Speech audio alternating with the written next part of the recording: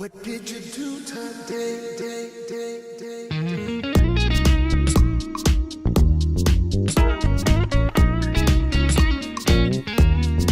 Oh yeah, oh yeah, oh yeah, oh yeah. Somebody's gotta start this thing.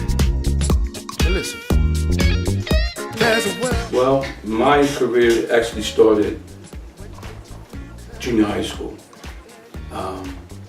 I was in the choir there, actually in the orchestra also. But the thing that was influencing me the most at that point was my father was a vocalist. So I would come home from school, they would have rehearsal at my home, down the basement, and I would come home and do my homework and go downstairs and listen to my father and them sing.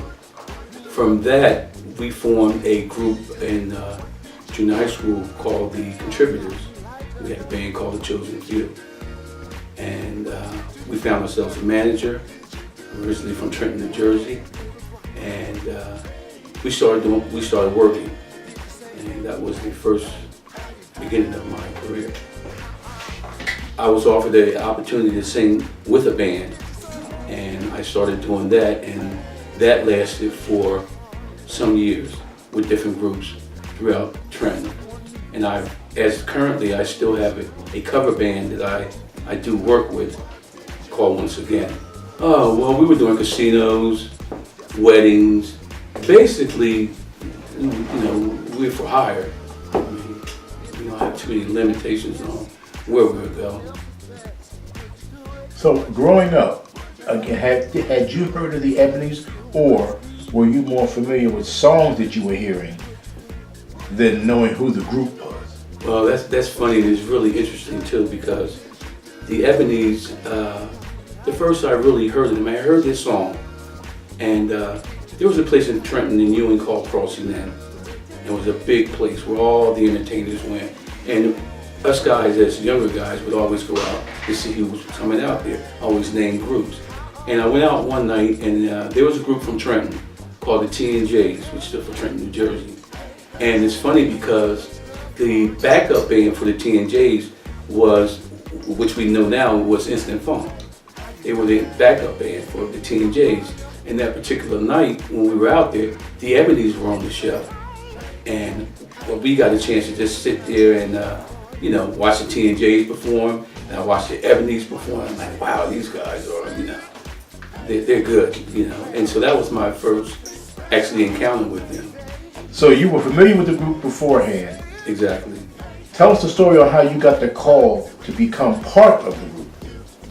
Well, that was interesting also. Again, I was with my cover band. We were doing a New Year's Eve, and we were playing, and Smoke happened to be there. And by way of another gentleman that Smoke knew, and he knew me, knew that, well, obviously I sang, and he introduced Smoke and I, and we talked, and that's where I came to be in the Ebonys. I sing second tenor, baritone, and occasionally some first tenor. One thing that I noticed you coming in, I often wondered, was it planned that you happen to be the same size, that you could wear some of the same clothing that I think Nate Cephas wore at that time, or are you wearing Smoke's clothing? I mean, when I look at the black one with the ebony, right. Did they make all that when you came in? No, that was there prior to me, and I always like to think of it as it's like that's the way nature planned it, So I just took Nate's clothes and we kept it moving. Okay, so you actually took over those outfits, which made it easy. Exactly. So when we move up to you coming into the group, and let's look at the video we did. What Did You Do Today? Mm-hmm. Was that your first video encounter with the Ebonys? Correct. Yes. And how did it feel to you to perform with that and create that video? Well, I mean, it was